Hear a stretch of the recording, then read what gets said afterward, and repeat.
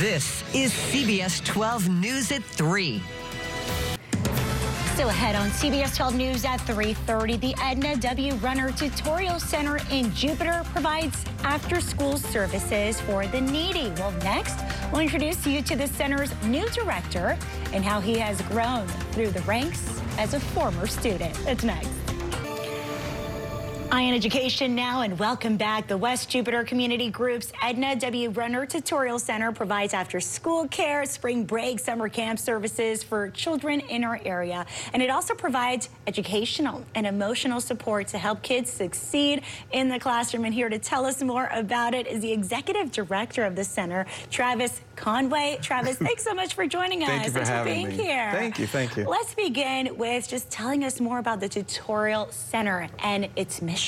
Yeah, so the Tutorial Center started in 1986, where we provide a safe and nurturing place for at-risk youth. A lot of our students don't come from the best of backgrounds or homes and stuff like that, but we want to provide a safe place where they can come and get their homework done, talk to us, tell us about their day, whatever they're going through, they can speak to someone there at the center. And that's pretty special that they have this. Yes, yes. Because, of course, I imagine they want to share something. Yeah. They have a lot inside that they really want to share with someone. Yeah, absolutely. And that's really that mission, right? Absolutely, absolutely. Tell us the big recent news. We understand that beloved Edna Runner has decided to step down as the executive director. Yes, yes. After how many years? 36, 37, somewhere around there, yeah. More than 30 years? Yeah, so she retired earlier this school year. I took over in August.